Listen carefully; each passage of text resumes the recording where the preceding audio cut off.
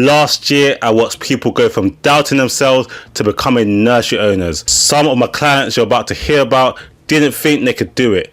Some came to me after failing, and some had absolutely no childcare experience, and some were on their very last chance, and yet they still made it. They opened their nurseries, they passed Ofsted, and they changed their futures. So today I want to celebrate their biggest wins, and more importantly, show you exactly how you can follow in their footsteps this year. These are real stories, real challenges, and real wins. Every story has a lesson that you can use if you're planning to open a nursery, or even if you're just thinking about it. But before we get into that, welcome to the channel.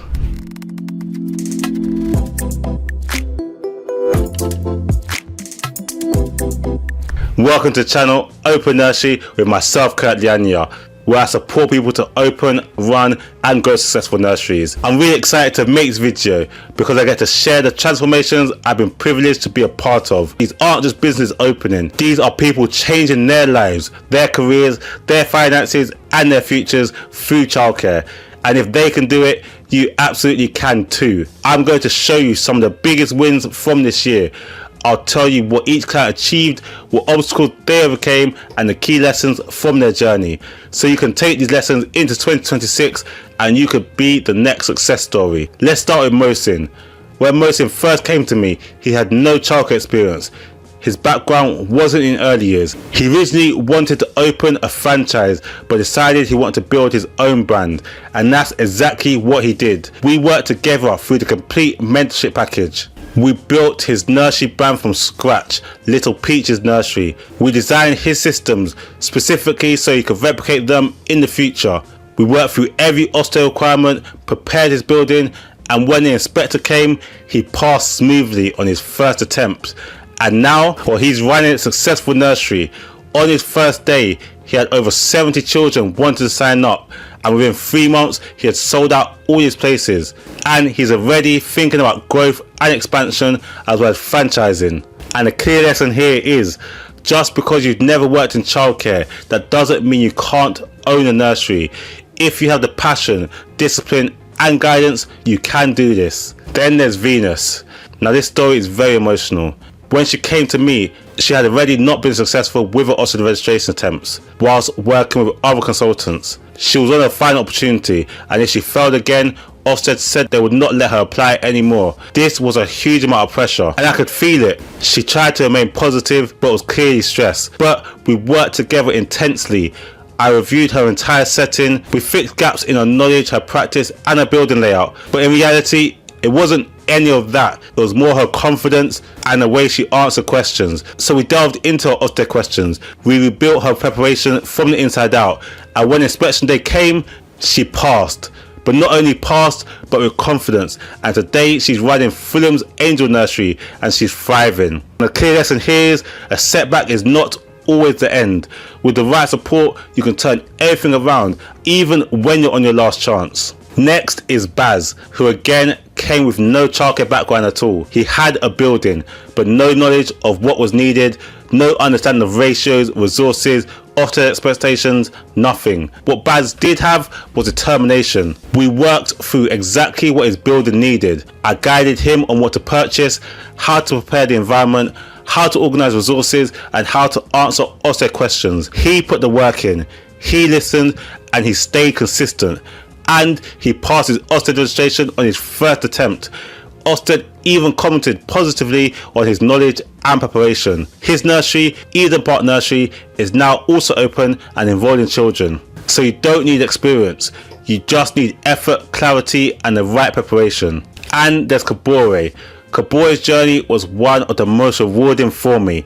He came to me anxious and overwhelmed. His building needed work. He wasn't confident with the Ofsted process, he was unsure how to structure his business, and he was scared of failing. But we tackled everything one by one. Building checks, safety improvements, room layout, Ofsted questions, documents, legal structure, and planned his nursery vision. Every time he felt stuck, we fixed it.